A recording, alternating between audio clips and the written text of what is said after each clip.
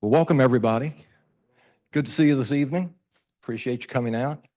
Appreciate everybody who's out there in Zoom as well. So I'm Jeffrey Hunt. I am the Endowed Faculty of Innovation at CSM. I'm also a professor in the business department. So this evening, we are fortunate to have a guest speaker with us who is going to come bring us some good information about being an entrepreneur. So we have Marjorie Cota, who is the Director of Entrepreneurial Services at UMBC, at their bwtech at UMBC. So I appreciate Marjorie coming all this way to come speak to us this evening. Look forward to what's going to be said. And if you have questions, please put them in the chat if you're online or if you're in the room. If you can hold those until the presentation is over, and we'll be glad to go back and get those. So if you would, please take and put your questions in the chat for the moment, and we'll get those afterward.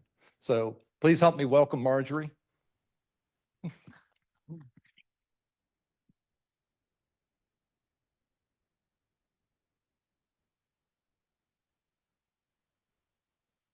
Great. Thank you, Jeff. I really appreciate for those of you that came out tonight. For those that can't see me, I am short. For those of you online, you'll probably start getting to see the slides here shortly.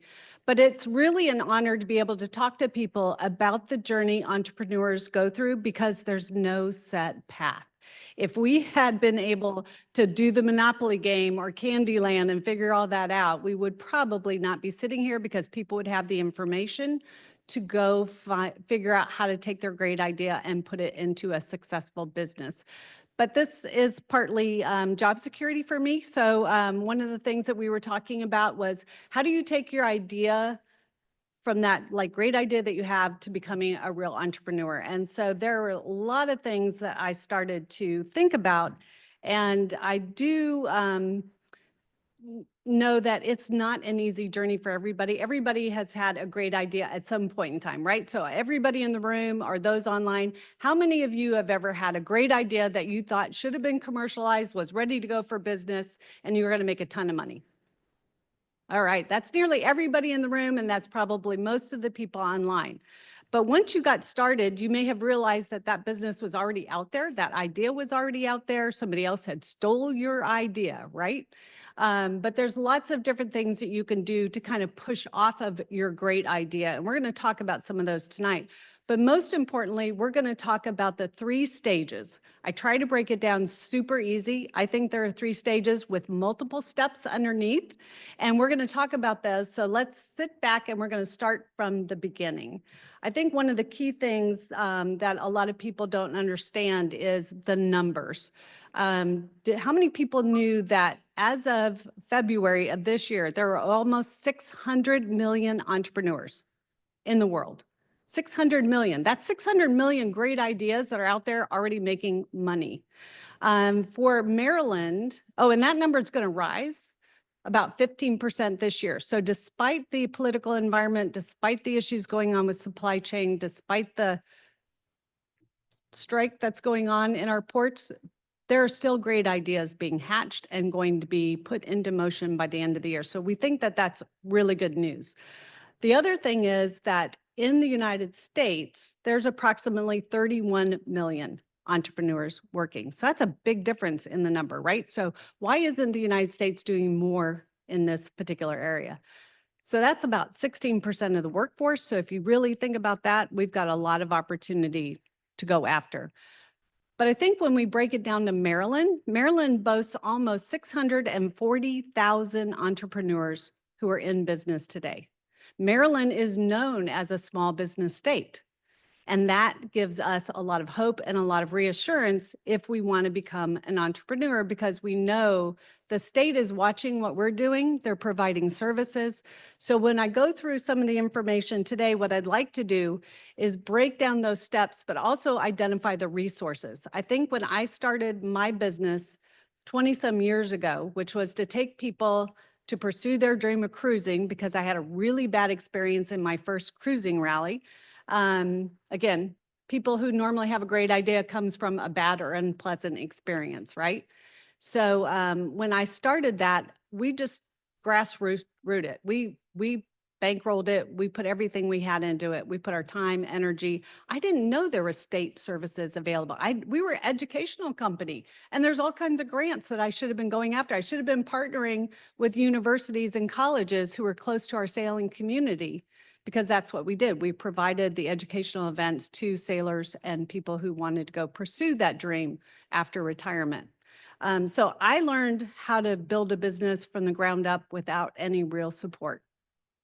And so what I'd like to do today as well is to make sure that you don't go to that disadvantage, that you have the advantage of all the amazing resources that Maryland has to offer. So let's talk about those stages. As I mentioned, there are 3 that I'd like you to kind of focus on. And I know there are a couple of people in the room that are really interested in what are they and how do I get there, so I can convince somebody else to go along with me on this magical journey.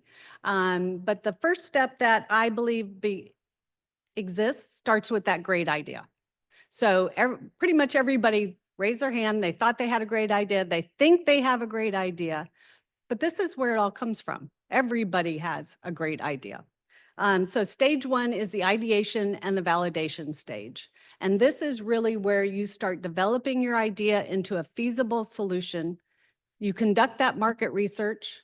You validate the problem solution fit. And this is an area that took me a long time to learn, because I tried to cram my idea into the marketplace, and sometimes that doesn't work. And I see researchers do a lot of that today. They're so focused on the technology and the solution that they forget who their market is or was, and they may even lose that in the process. The second stage is planning and formation. This is a stage that Jeff is very well in tune with, and if you're taking any of his business classes, this is an area he's going to focus on a lot.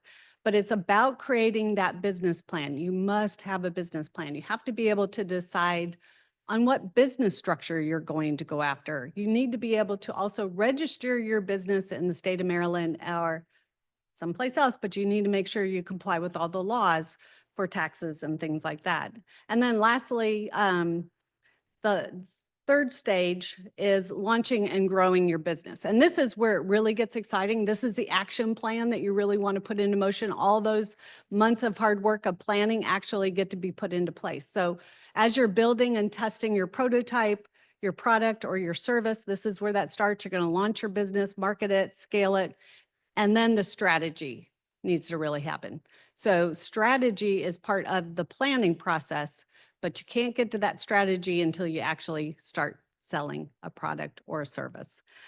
So through this presentation, what we're going to talk about today is those 3 stages and the multiple steps that go along with each one, the resources associated to help you get through that, as well as some of the pitfalls, because we always learn from our own mistakes, or at least the mistake of others. And that will allow us to really identify where we're going after that.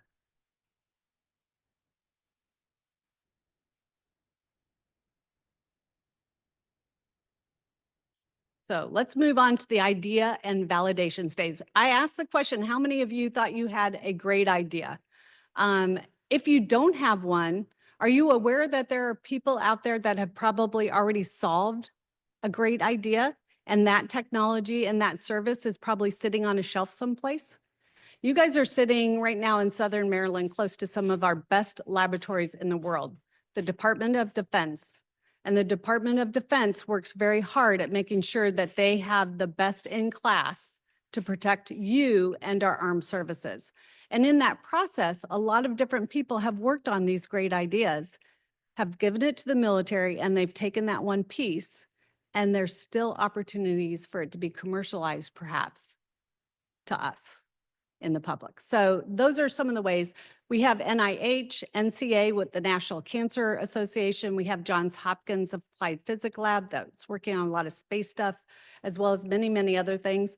But all of these groups are solving key problems that we have, and they all have the access to those solutions where millions of dollars has already been spent on this great idea, but they got what they wanted, but they didn't see the commercialization opportunity. So if you go to the National Cancer Society, if you go to the National Cancer Institute, if you go to the DoD, NIH, there are ways that you can actually go shop through a database and find your passion project and find that new idea. So you don't necessarily have to put in all that money. You can actually go find something that somebody's already spent a great deal of time and energy. And oftentimes there's follow-on support with that as well. At NIH, if you do a tech transfer, which is what these are called out of NIH, they also have products and services and people that will help you get it to the next level. So they want to see National Cancer Association. They all want to see these products, these services, these solutions brought to the public. So just wanted to share that you may not always have to come up with that great idea. But step one in the user research, what we want to do here is really define the problem and solution. And I was talking to Nathan before the program, and he said that was one of the things he really needed to do, is be able to hone in on that problem and validate it. Identify that he had a market for, right? So I think it's really important, and it's awesome to see people already thinking about all the pre-work and the planning that has to go along with doing their job. The other thing that you want to do in this particular area is the SWOT analysis. How many people have done a SWOT analysis? Probably remember that way back. I know Jeff has done a lot of them, but this is a standard piece of information that goes into a business plan that you've kind of looked at the market, and today we might call it gaming, that you're identifying the strengths, the weaknesses that your company or your solution is going to provide, and then you identify the opportunities and the threats.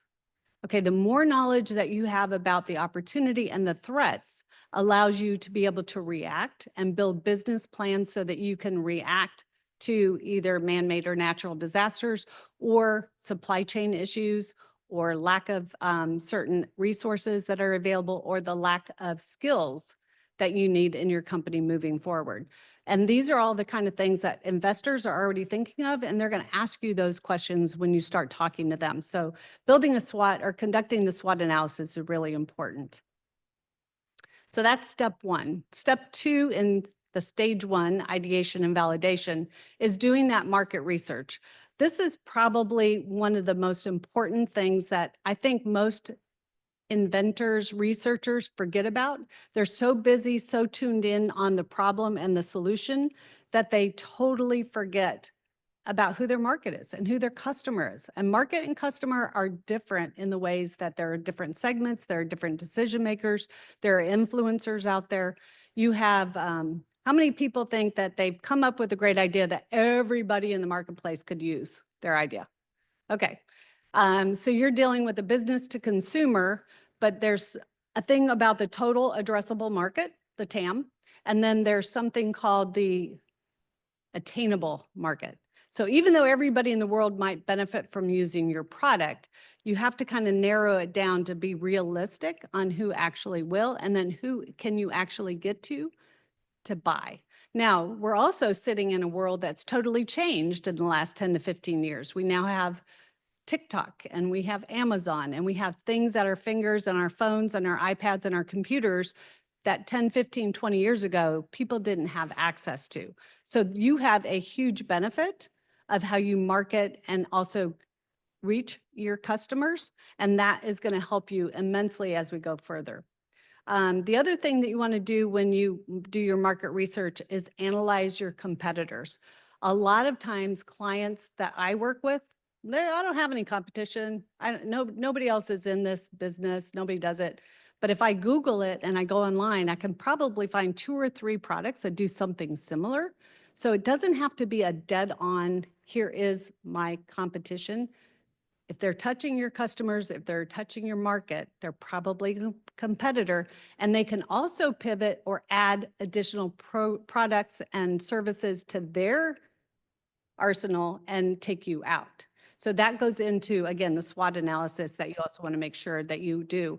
But by identifying your competitors, it gives you the advantage to understand what the market is already buying, what they like, what they don't like. And there's more information as far as doing some valid, some value proposition testing. And that goes, once you identify who your market is, what segment you think that you can influence, your job now is all about customer discovery. is going out and talking to the people, not say, hey, if I did this, would you use this product? But talk to them about their pain points in the industry. What is it that's stopping them from doing a better job? What is it that this product, if you were to bring it to market, can actually solve that makes their life better? Or what does it actually do to have an impact in the people that you're dealing with? So by doing customer surveys, customer interviews, it gives you a ton of information, not just on your current solution and product, but it also gives you the insight for future products and services. And you don't have to solve everything in your product today, but you have to kind of start thinking about what is the minimal viable product that I can take to market, and then add additional products, features, functions as I kind of build it. Okay, so you want to get it out there as quickly as possible, because nowadays everybody is pushing a new product out there and you want to be first to market. It can be a little bit harder, but you also have a lot of IP and things like that that you would hopefully gather. And so that way you can also showcase that you're already in the market and that you're setting precedents for that. The other thing that you want to do during the validation time period, if you've already developed your product, you have a bench product, you've done it in your garage, you've done it in a lab or something like that, you can actually take that and show it to people and get customer feedback through focus groups. This is a really important process step, because this helps you get informed decision makers' input on whether or not they would buy your product. And user experience is huge today, whether you're a software as a service or an actual product. People like things really fast, right? We're all in tune with our phones. We're instant gratification. A lot of times you have to think about that in the products that you're developing and the quality that goes along with them. How many people online or in the room right now have felt like quality has reduced in our products and we're almost like you could throw them away in a short period of time? So yeah, a lot of people are raising their hands, same with online. So thank you for that. It's really an interesting problem to have. Are you going to develop a very consumable product that people will use and know that it won't last? Or are you going to develop something of quality that is around to stay for a while?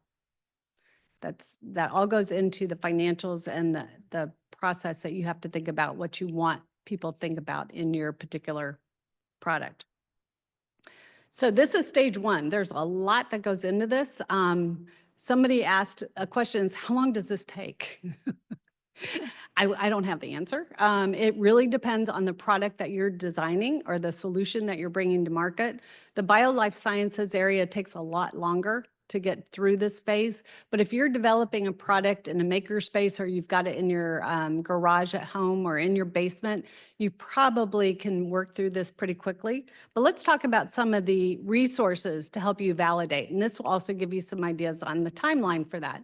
My friends over at the SBDC, our small business development group, is available to you for free. This is part of your tax money at work. And if you're not utilizing the Maryland Small Business Development Center to your advantage, you're missing out on some of the best resources that Maryland has to offer.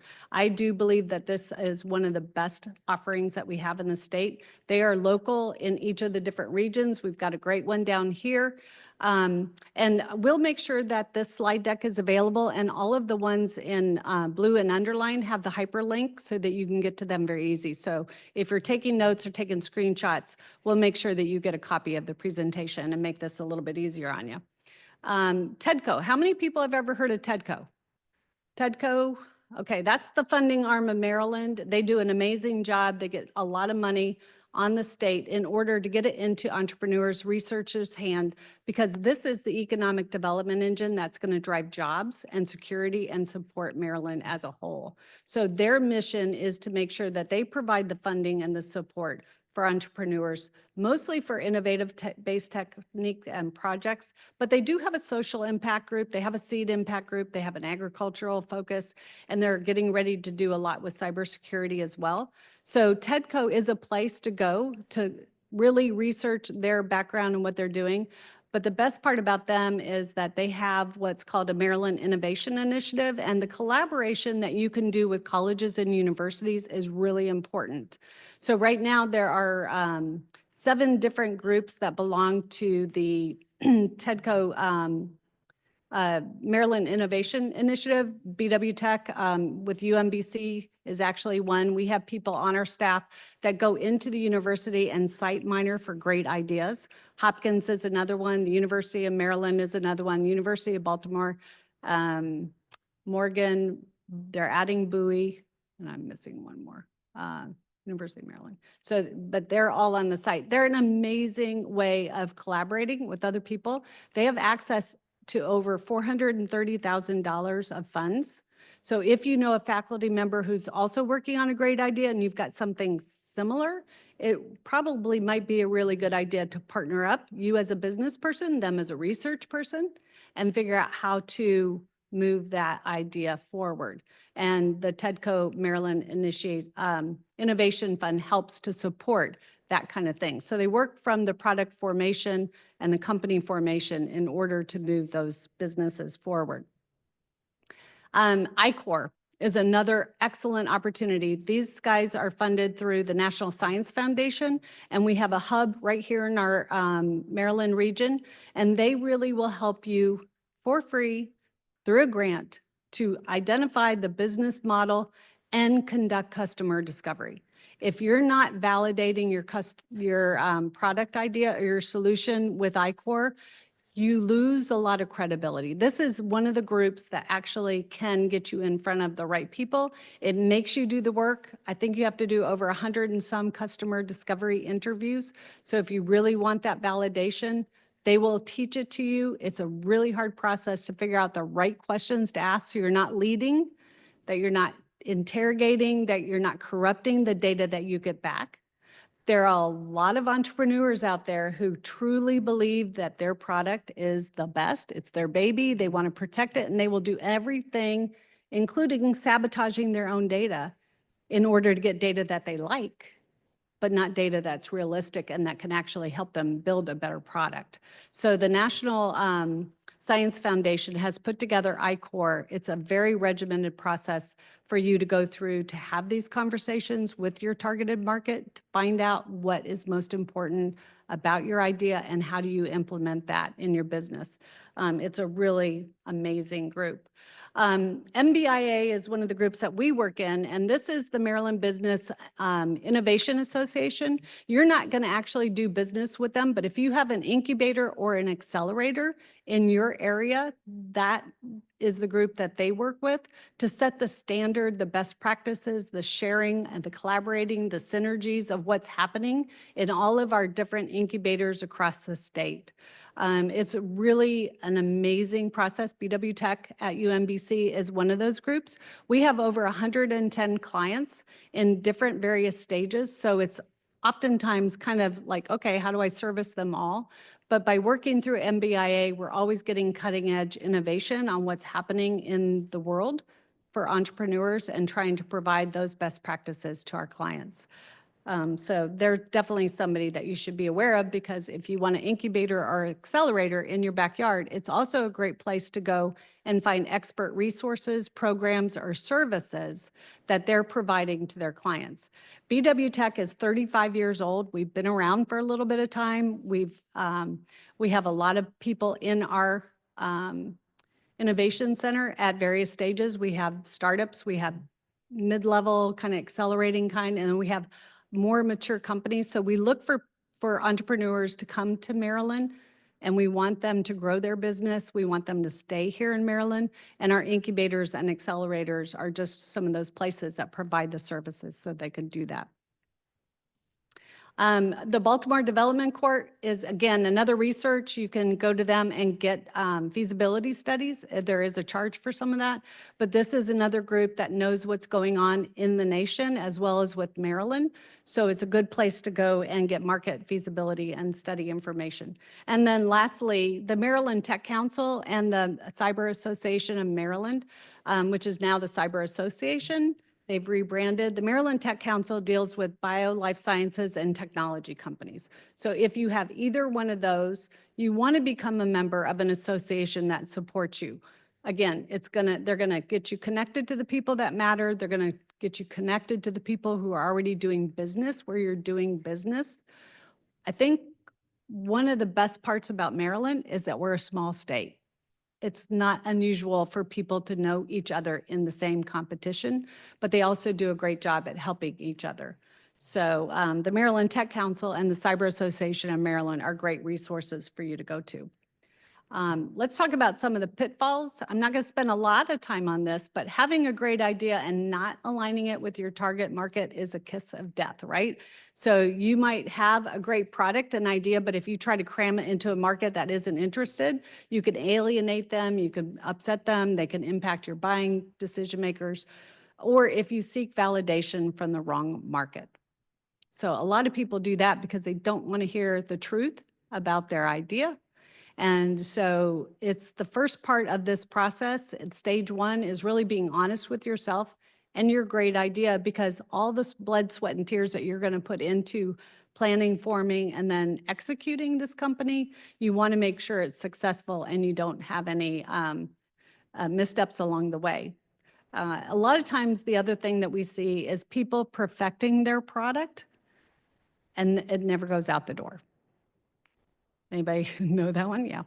So, and then oftentimes they'll perfect a product that nobody really ever wants, or the market passed them by because somebody else beat them to the market. So nowadays with technology and things like that, that is a real threat, is that you're going to keep perfecting your product to the point that the market has passed you by or a competition has already gobbled up your folks. So you just want to be aware of that. And then the market product fit is probably the most important thing to remember, is that you have to understand your market and what they want, and don't oversell that. If they only want 3 things on your product, don't add 5, because all you're doing is wasting time and energy and giving them more than what they want, and it makes it confusing for them.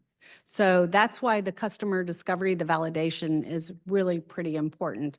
You can then later in the fit process add things to your product. You can go into iterations, and that's where the strategy of the business starts to really become a fun place to be. So that's stage one, ideation and validation. There are a number of different steps, and hopefully that all makes sense. Stage 2. This is the planning information, and honestly, the part that I spend most of my time in.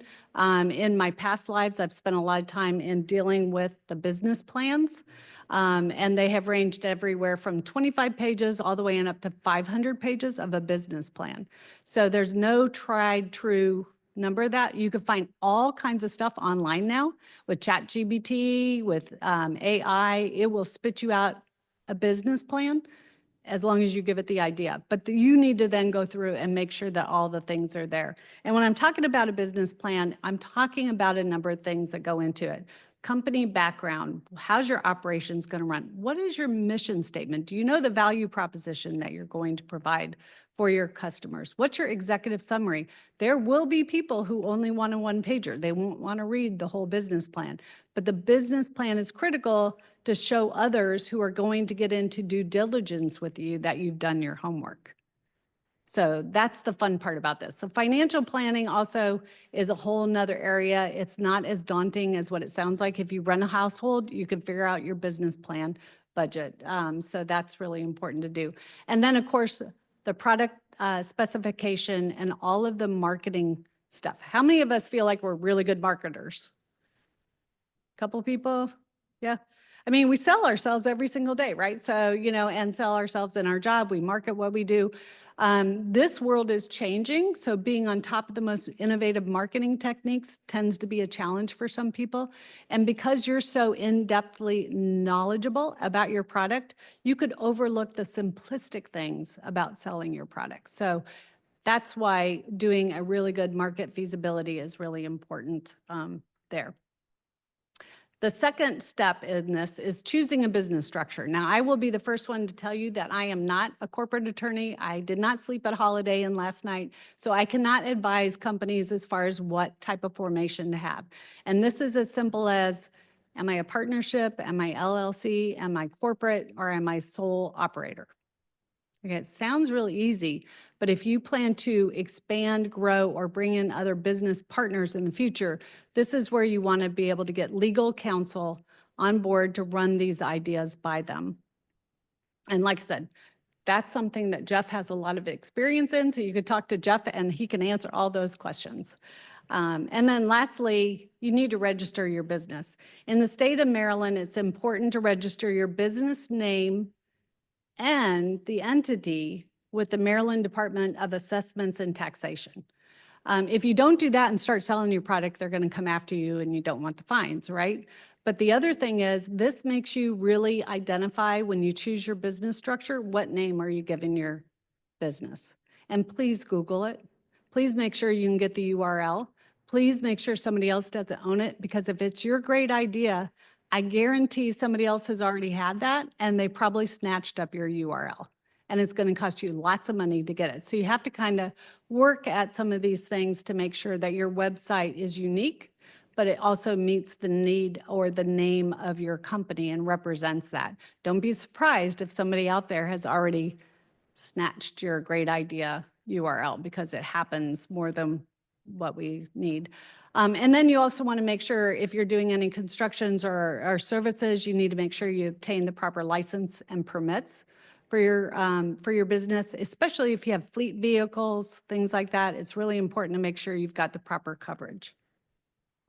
So this is kind of what I'll call, not the boring part of it, but this is where you're sitting down one-on-one and you are just plowing through all the different chapters of your business plan. Once you get your business plan done, you're going to figure out what type of structure you want. I strongly suggest you talk to legal advice. And then once you register your business in the state of Maryland, you're ready to move on to stage 3. But before we do that, let's talk about the resources that are available to you, because there's a ton of resources. The Maryland Department of Commerce for planning and formation, they have business incentives, tax incentives, funding opportunities for businesses that are starting. So there's lots on the website that you should go to and look at for that. The Maryland Business Express, this is the online portal. It's open 24/7. You can go there. You don't need to talk to anybody, and you just put in all your business registration. And it's really very simple, and you pay your couple $100 and you're on your way. It really is easy. So, and then, of course, I put the local chamber of commerce here because I think it's good to be out there networking, understanding what other businesses are in your territory, in your backyard. And also they're great for advocacy. So if you run into a problem later on, you need to deal with the Maryland Department of Commerce, deal with some state legislative issues. Your Department of Commerce, and there's one for everybody, is really a great place to go. How many of you are members of your local chamber of commerce? That would be in your county or in your area? Wow, okay. I don't see hardly any hands up. None in here and very few online. So let me just share with you a little bit about the Chamber of Commerce. The Chamber of Commerce has local in your area, and they're by county. And then there's a state Chamber of Commerce. Think about, this is where all the guys go that are people go that do business in the state. There's a global Chamber of Commerce. So if you're planning on doing business globally, you might want to go there and register to become a member, because you're going to meet people that are probably potential clients, customers, people that can help you get into business in other continents. That's a whole international business strategy, right, Jeff? So, but the Chamber of Commerce is there to help you navigate a lot of that. I know I was new to Maryland. When I came here, I had worked for a global company, was traveling all the time. 9/11, I was in Germany doing a deployment of some training, and I ended up back here without a job. And one of the companies that I worked for was very much involved with the Chamber of Commerce. And so it was there that I met the business leaders of very well-known name companies in Maryland. And I actually used those relationships. I got to know them. I got to know the people. And it has built my career ever since. So being involved with your local chamber or the national or the state are really important, depending on where you want to go with your business, as far as I am concerned. And then, of course, there's other groups, your service providers. Everybody has hopefully a legal entity that they can go to, a CPA firm, a controller, an accountant that they can count on, a bank. There's a number of really good entrepreneurial friendly resources. Nemphos Brow is made up by 2 attorneys that used to be at DLA Piper on a global basis. They decided to become entrepreneurs themselves, open up a boutique firm, and they specifically do an awesome job with entrepreneurs. They have strategy, they have corporate corporate work. They really understand what an entrepreneur goes through. Same with Offit Kerman, been a longtime friend of mine since I've been in Maryland. Ted Offit and his group, they've grown on a regional basis. So if you're growing your business, it's also good to have a legal entity that grows with you, or at least has business in those different states that you're going to be doing business. Nelson Mullins Whiteford is our sponsor at bwtech and has been for over 25 years. They provide IP, legal, every kind of consultative service that's known, including cybersecurity now. So it's important to have a firm that works with you. I like to recommend at least 3 for all of my entrepreneurs because not one size fits all. So make sure you shop and find that group that's going to work for you. And I apologize, I don't know any of the folks down here, but I'm sure you have some really awesome ones in your backyard that are very much willing to sit down with you and talk to you about your company. On the other side, you've got some CPA firms. And one of the ones that always speaks out to me besides Clearview and RSM is Gross Mendelsohn. I did a lot of work with manufacturers in the state of Maryland, which is Manufacturing Month, happy Manufacturing Month, and spent a lot of time here at the Velocity Center every year talking about manufacturing in this state. Gross Mendelsohn is one of the key players in this area, but they did something different. When cybersecurity started coming out, they put technology as a focus.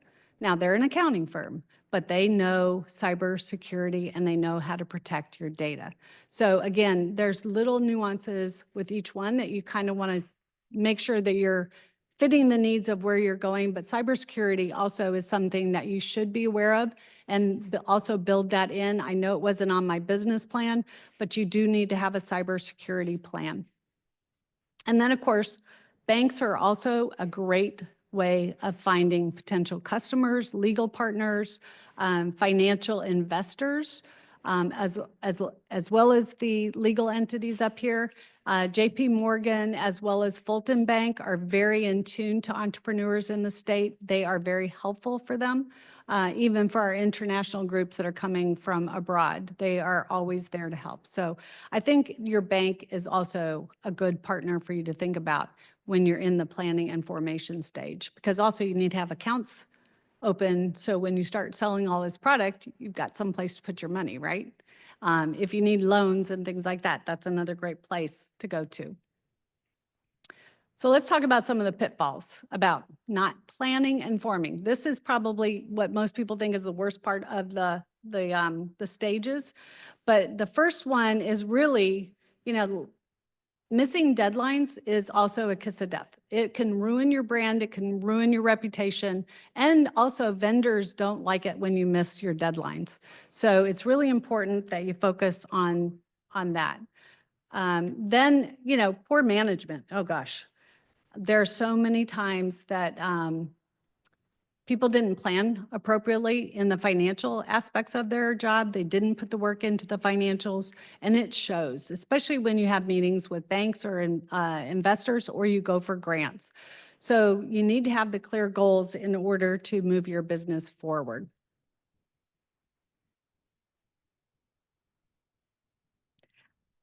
Lack of focus. I don't think I need to really go into that.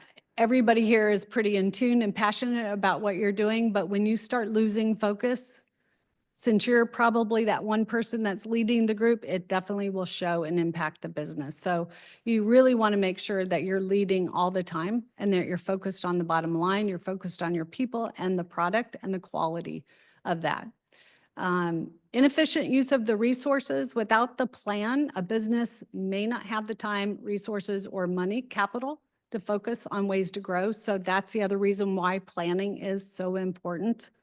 And then, again, we talked a little bit about TikTok, Facebook, Amazon. Online marketing techniques are becoming the wave of the future. So you really do need to be able to pay attention if your product can be sold online, the different ways of marketing that product. And I will tell you, I have a big background in marketing. there's no way any of us could have foreseen how well TikTok would have done, home improvement shows would have done, Shark Tank would have done for businesses going into business. So, or influencers, right? How many influencers have worn something, said something, and that product has flown off the shelves? So being a global internet environment, it's really important to pay attention to just more than your normal marketing, but your online marketing and all of those different aspects. And who knows what it's going to be in the future? Our kids are probably developing that today, but it's really interesting how influencers have totally changed the landscape of sales.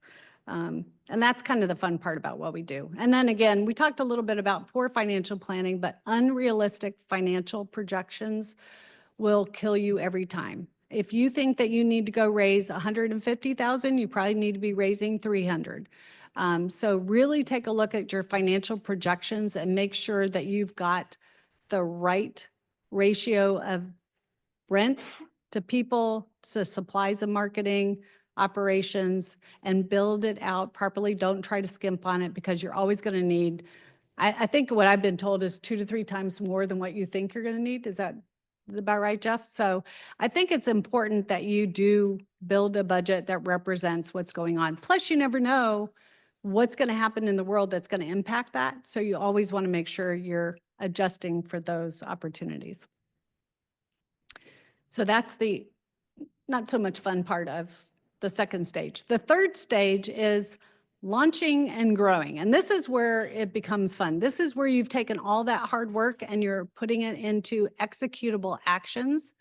And that means that in growing your business plan, you've got product and service, and you've developed it to a point that you now have a product that you're ready to bring to market. You've got the marketing plan that's there to support that. This is really important as you look at your finalized plan. What's the manufacturing? What's the service that you're going to do? Who's going to rep that? Are you going to do VARs, value-added resellers? Are you going to use MSPs? Does it go into a store? What kind of contracts are you going to have with them? How are you going to fulfill all that? There's a lot of questions depending on how you're fulfilling that information.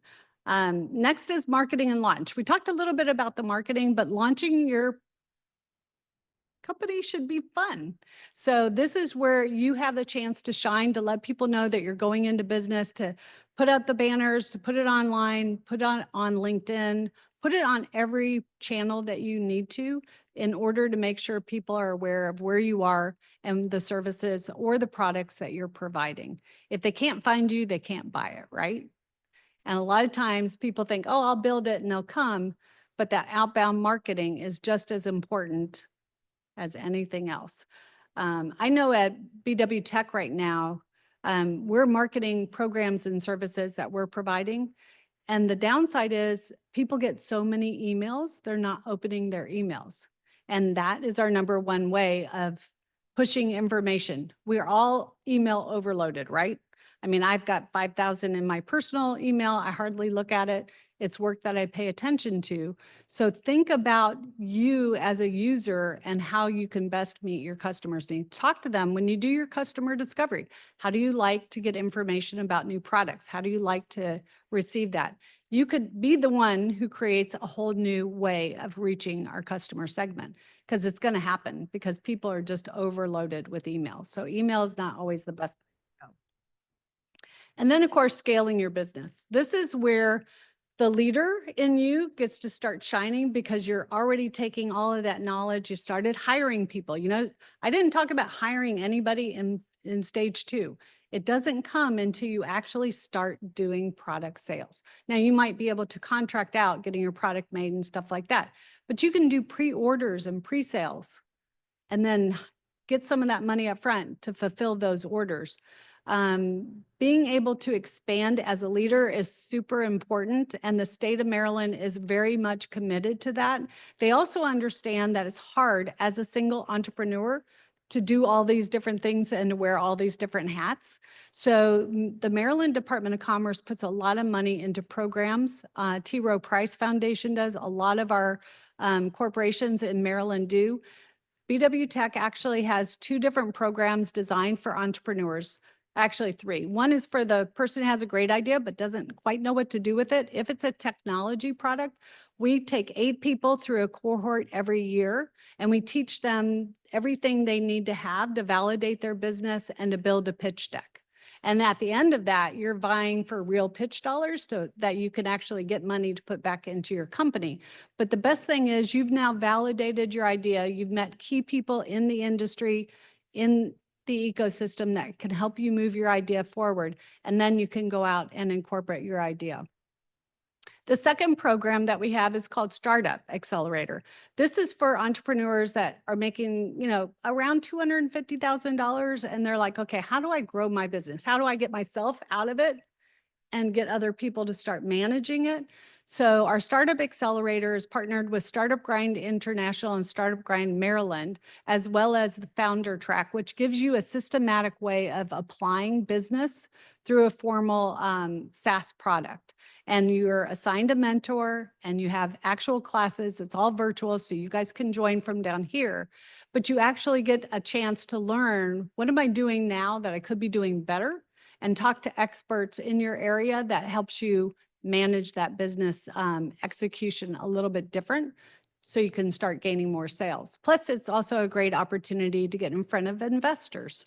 So there's lots of programs in the state of Maryland that allow you to do that. And the last one that we have is Scale Up Maryland, which is designed for a little bit more mature company.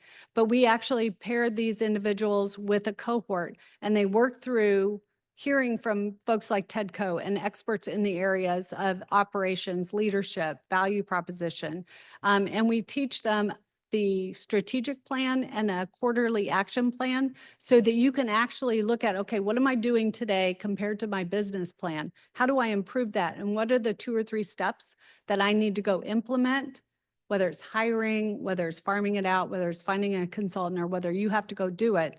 It holds you accountable to true milestones and timelines.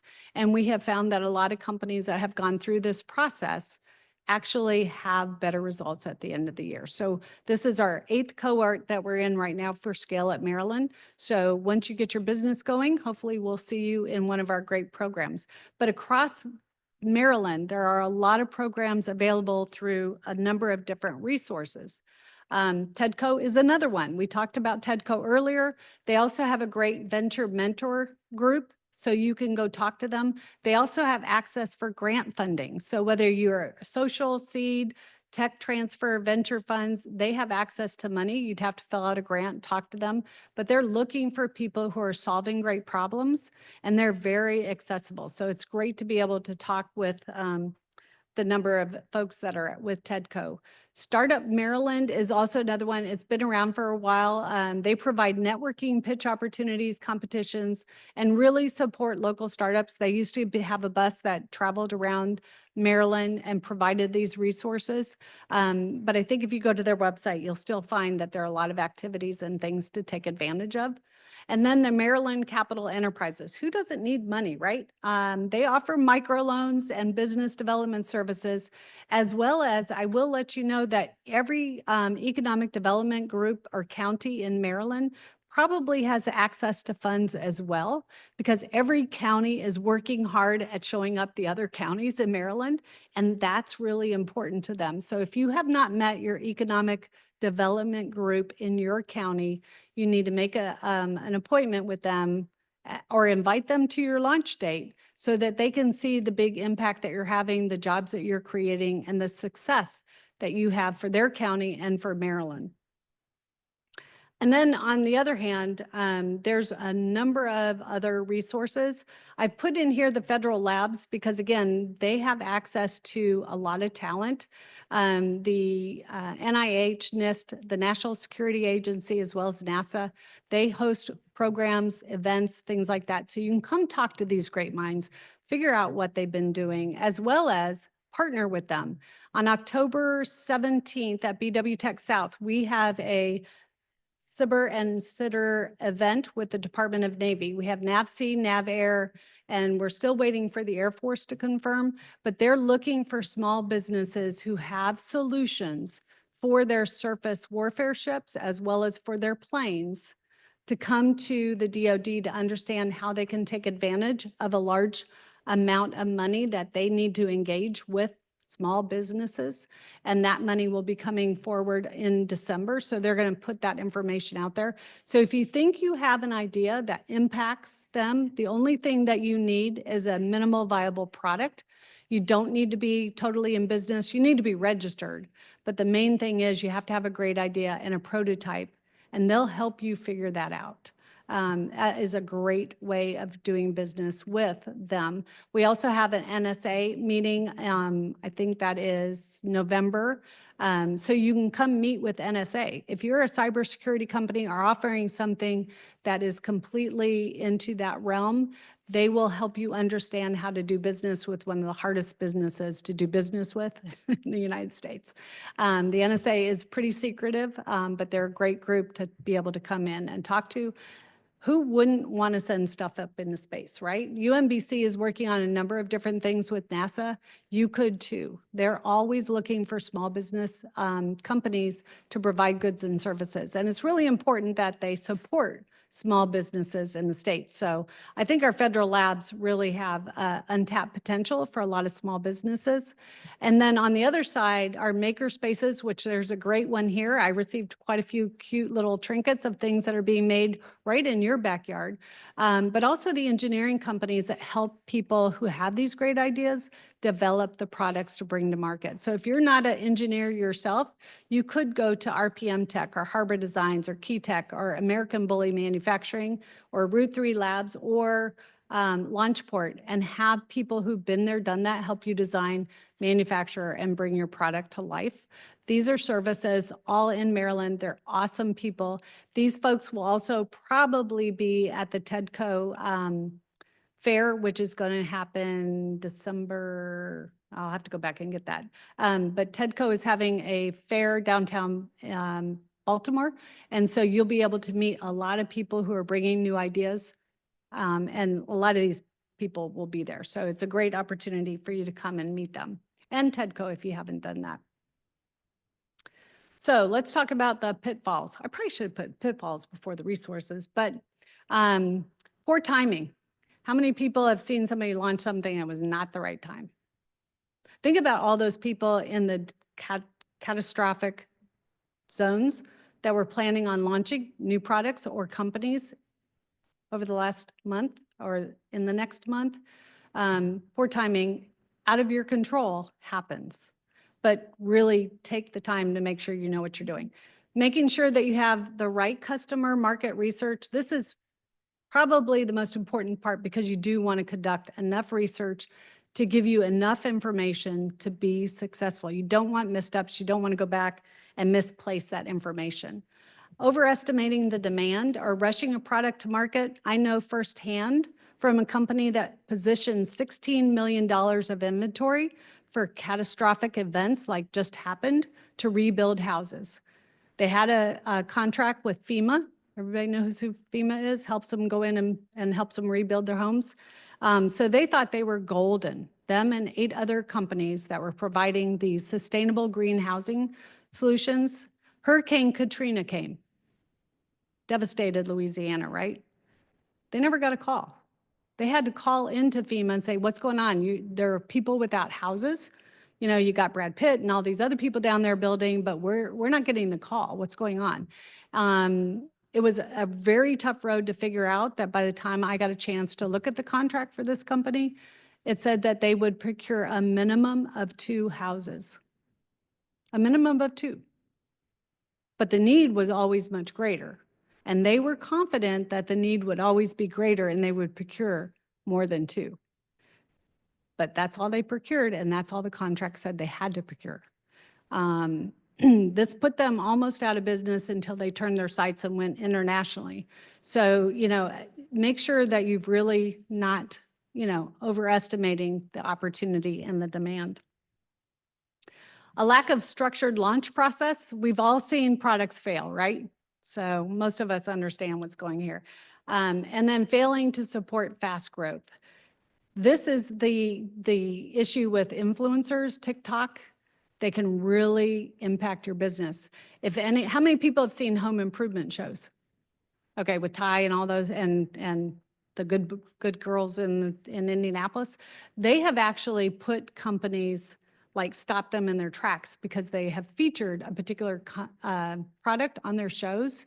Their websites went down, and that's typical also with those folks who've been on Shark Tank too. People go in and Google them because now they got this massive audience and they haven't figured out how to meet the demands of that. Having your website go down is definitely the first problem, but even once it's up and running, a lot of them couldn't fulfill orders. And that went from housing products to insulation products to lawn products. It's a fascinating case study. So be careful about what you ask for or what you want to do. Make sure you can really deliver and don't make empty promises. So I always say you need to, promise what you can deliver and definitely make sure you can make your customer happy. That's really the most important thing that you could do is be aware of that. Real quickly, I just wanted to touch on a few Maryland success stories because we've had a few of our own. I know you probably know some of them, but how many are familiar with McCormick? Did you know it started here? 1889, Willoughby McCormick started his little-known spice and extract company in the basement in Baltimore. He took them door to door to door to door. And once people started getting hooked on the McCormick flavor, he finally had enough money to build a headquarters and a manufacturing facility.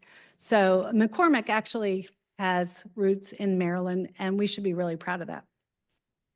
Another one is Tenable in Columbia. Are you guys familiar with Tenable?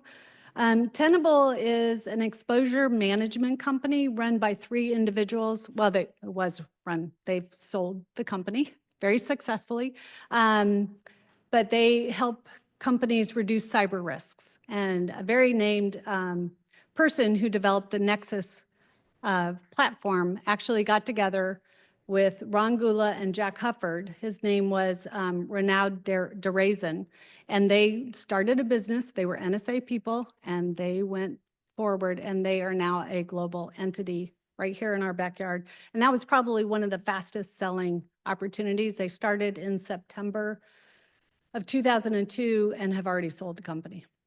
So, and they started in their kitchen, so that was interesting. How many of you know Fearless?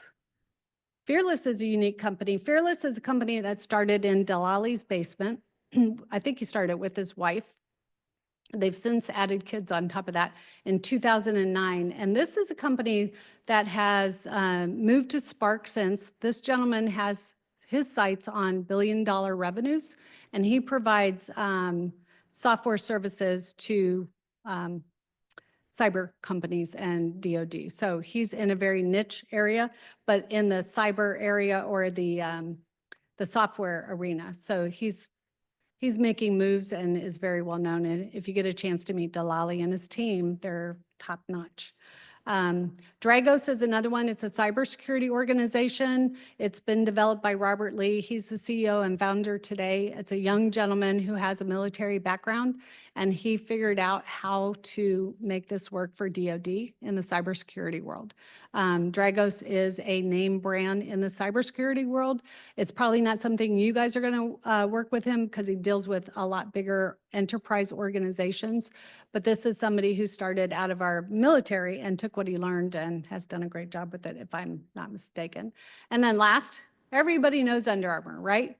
So the story goes, Kevin started selling, or actually started giving away his compression shirts that were tailored after his shorts because he noticed his shorts, which had water wicking synthetic material, didn't do the same thing that his cotton t-shirts did during all of his tryouts and his workouts. So what he did was he took an idea that somebody else had done, but he applied it to a shirt and started giving it away to get people to start wearing it. And as you know, the rest is pretty much known, but he has since sold the company. He's still chairman of the board, but this is somebody who worked out of his grandmother's basement and has really done a nice job. But it wasn't his great idea. He just had a problem and figured there had to be a way of solving it. Took somebody else's idea and made it into a billion-dollar organization. So a lot of blood, sweat, and tears, but that's part of the success that drives people to do what they're doing. And I hope that this was something that took a whole bunch of messy adventure kind of ideas, stage 1, stage 2, stage 3, into giving you the idea of what you need to do to start that path down to make that ideal a reality, and hopefully into much Maryland success. We hope that you start here, grow here, and stay here in Maryland. And that is our overall goal, is to be an economic engine for the state. And we hope that you plan, build a team, have some goals, but have a lot of fun in doing it. Thank you for your time. I'll be happy to answer any questions, should you have any.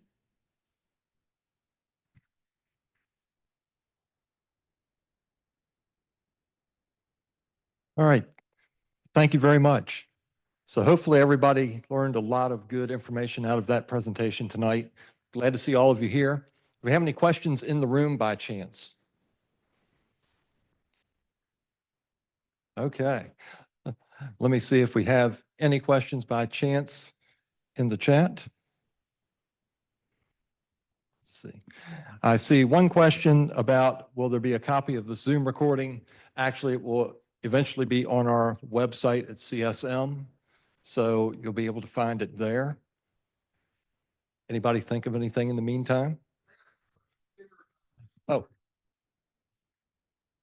Local resources that are available. If I'm interested in opening a ice cream shop, would they have already done a study or feasibility in there to tell me what their community already needs? There's a good chance they already know those businesses, for one, in that particular area. That's a great example of the type of information that they have in their database already, as well as within the Maryland Department of Commerce. So there's a couple of different ways that you can go about that. One, Googling ice cream shops in this particular area or in this area. But they will also know the competition, and they will also be able to give you some of that data, yeah. Mhm. Never have enough ice cream.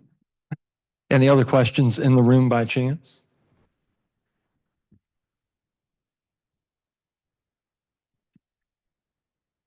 Yes, here, I'll let you have the.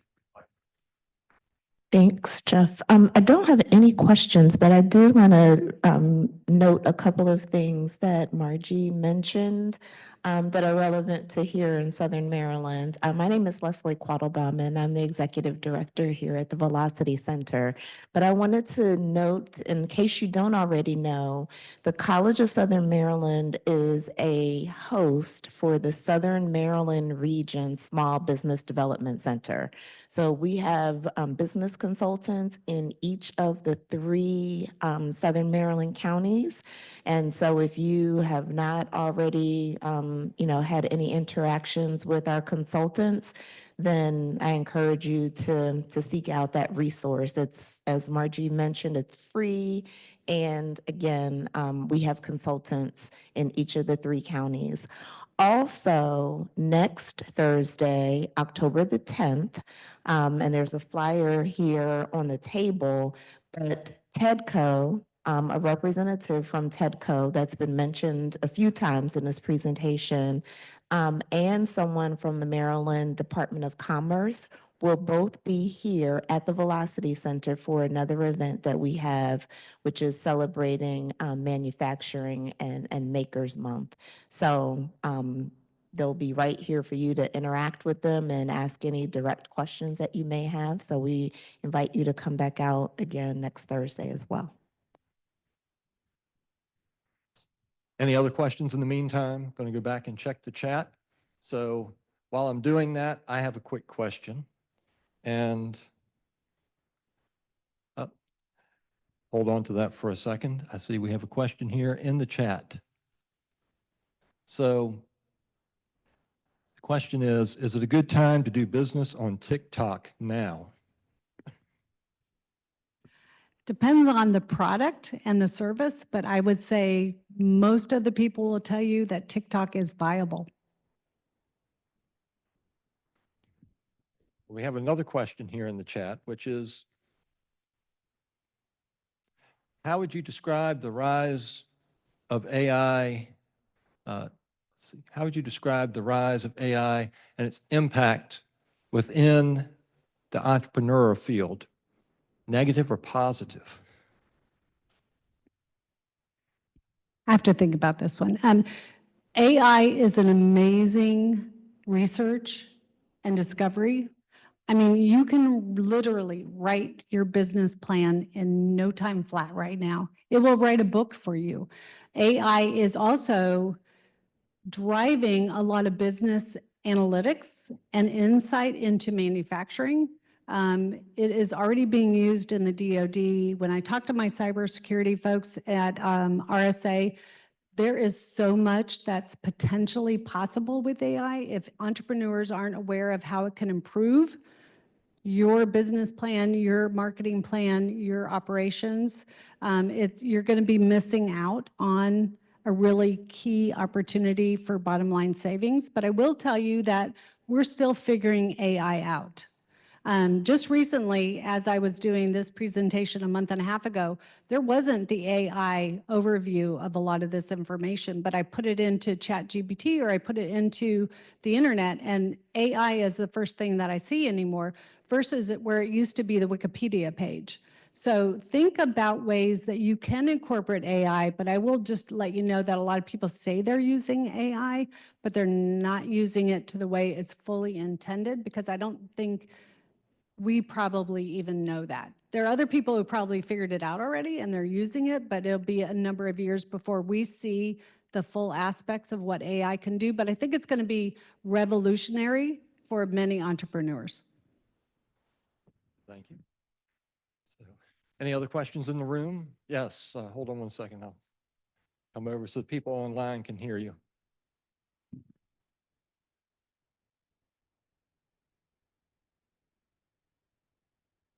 I have two questions. The first one has to do with marketing. You mentioned how quick the kind of field is changing and adapting. The resources you listed earlier, I was wondering if they are kind of viable for that. Say I did want to market on TikTok, could they help with that, or Instagram or something else? And my second question is for entrepreneurs like the gentleman beside me who perhaps wants to open an ice cream shop. Do you have any good recommendations for kind of getting connected in that field? Say a new ice cream product comes out, there's a better way to freeze your ice cream or whatnot. How could he get connected with people like that? Yeah, those are really good questions. In regards to the marketing for TikTok or Instagram, things like that, I'm going to say talk to the college kids and talk to the high schoolers, because they're the ones who are using it. They're the ones who are influencing the way we're going to use it in the future. Our future kids are going to be driving decisions that are directly going to impact the products that you're making or thinking about today. So if you don't have a young individual with a great mind on your team, or you're not talking to your kids, you might be missing out on an opportunity. There's just so much that's going on in this avenue. It's really hard to say, how do you get out and above and in front of it? But I know like our bio life sciences and cyber are really not doing stuff on TikTok. But if you have a product, you probably really need to be thinking about it, because I get stuff from my family all the time. And I'm sure you got your kids going up saying, did you see this? Did you see this? As well as a lot of the YouTube. YouTube is another great channel that people are turning to for those answers. And in regards to the ice cream shop and new innovation and things that are coming out, there are a lot of stories specifically for corporations who are helping small businesses. Working through folks like TEDCO or your Small Business Development Center, they know where those gems of innovation are happening.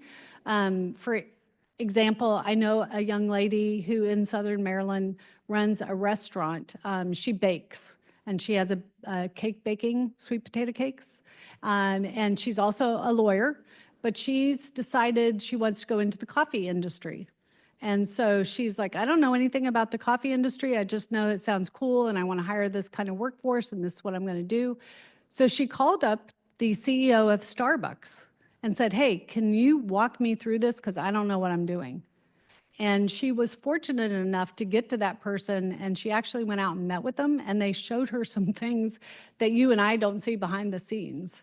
So, you know, I would kind of seek out those innovators. Those people are doing cool things, but also watch the patent office, because people who are doing innovative things that they want to sell are probably putting their patents there, and you're going to eventually be able to use them or buy them that are going to impact your business.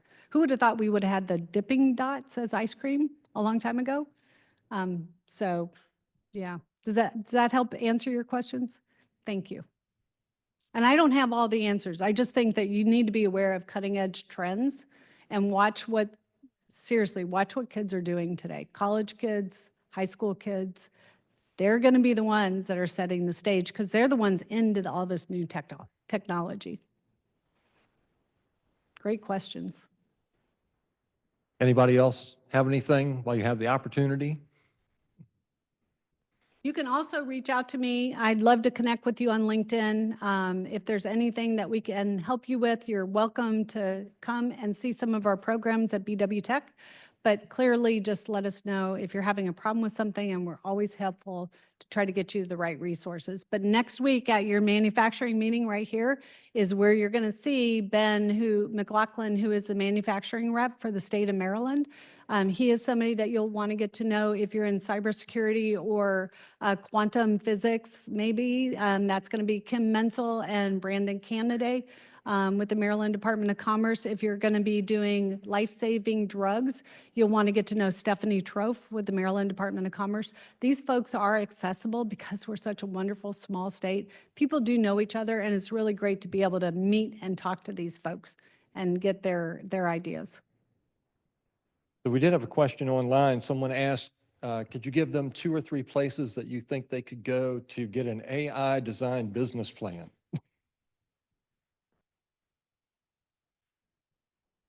I would Google it. First off, I mean, you will find ChatGPT is your AI god. He will give you contracts. He will give you your will.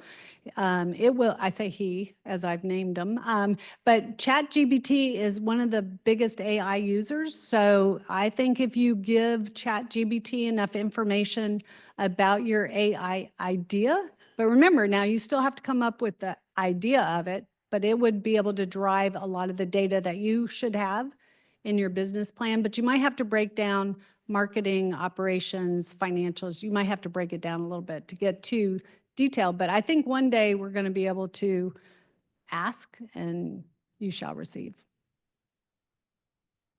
All right, so one last time, any more questions in the room? Oh, I see one in the back. Hold on.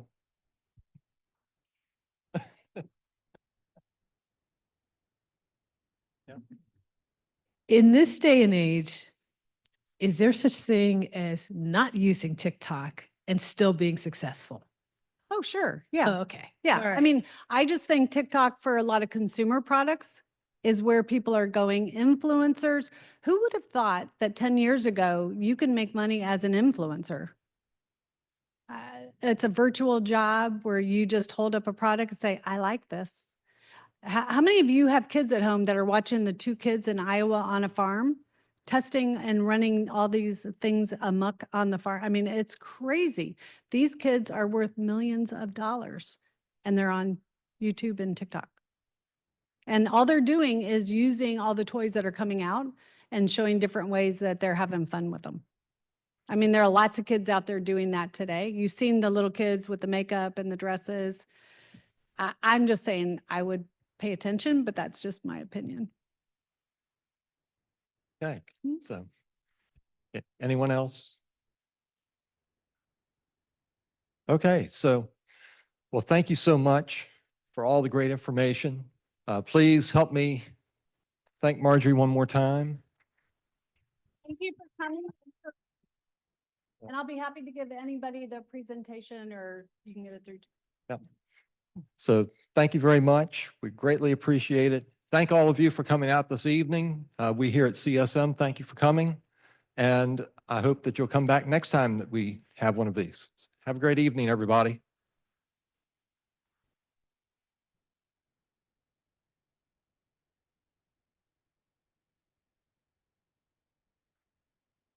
It will be up on